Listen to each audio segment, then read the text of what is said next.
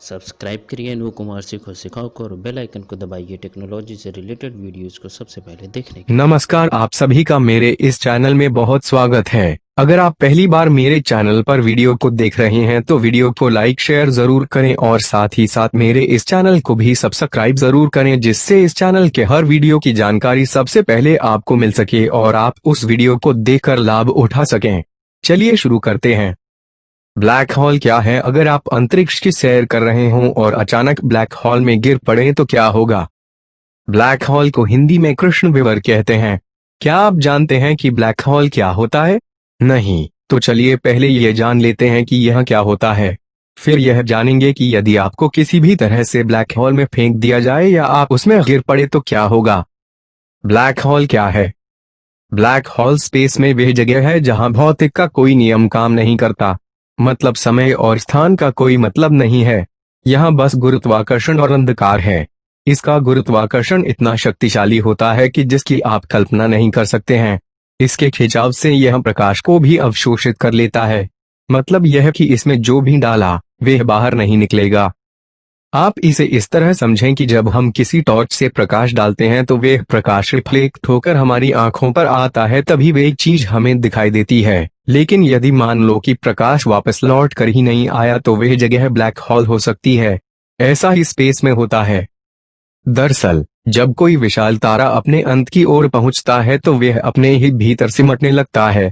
धीरे धीरे वह भारी भरकम ब्लैक होल बन जाता है और फिर उसकी गुरुत्वाकर्षण शक्ति इतनी बढ़ जाती है कि उसके प्रभाव क्षेत्र में आने वाला हर ग्रह उसकी ओर खींचाकर अंदर चला जाता है। वह सब कुछ अपने में निगलने लगता है। इसके प्रभाव क्षेत्र को ही इवेंट हॉराइजन कहते हैं। किसी भी चीज का गुरुत्वाकर्षण स्पेस को उसके आसपास लपेट देता है और उसे कर्व जैसा आकार दे देता है। स्टीफन हॉकिंग के अनुसार इसके बाहरी हिस्से को इवेंट हॉराइजन कहते हैं। स्टीफन हॉकिंग की खोज के मुताबिक हॉकिंग रेडिएशन के चलते एक दिन ब्लैक होल पूरी तरह द्रव्यमान मुक्त होकर गायब हो जाता है।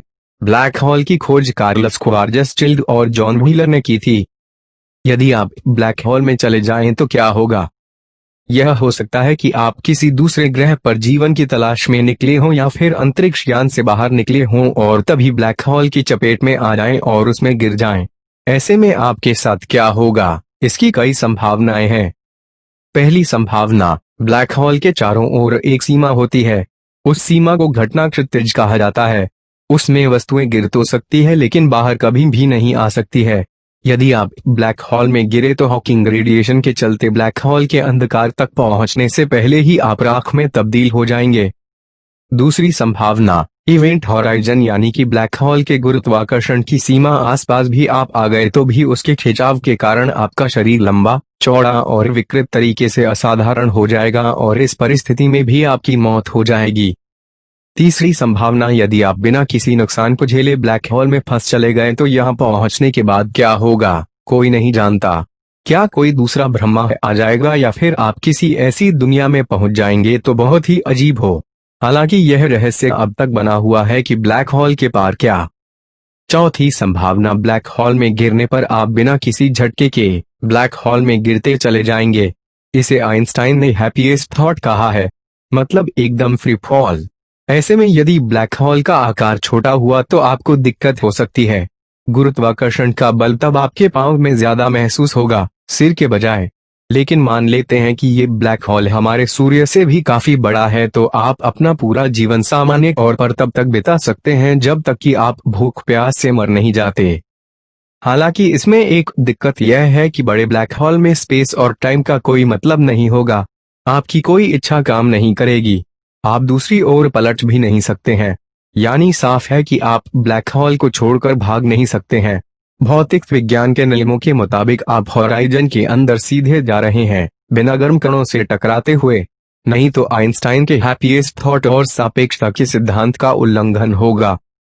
निष्कर्ष, मतलब यह कि एक बात तो स्पष्ट है कि ब्लैक होल में गिरने के बाद आप ब्लैक होल की बाहरी सतह पर जलकर राख हो सकते हैं या फिर उसके अंदर आसानी से पहुंचकर अनंत गहराइयों में खो सकते हैं। आप सभी स्वस्थ रहें और इस जानकारी को अपने सभी लोगों तक जरूर शेयर करें जिससे कि उनको भी लाभ मिल सके। धन्यवाद।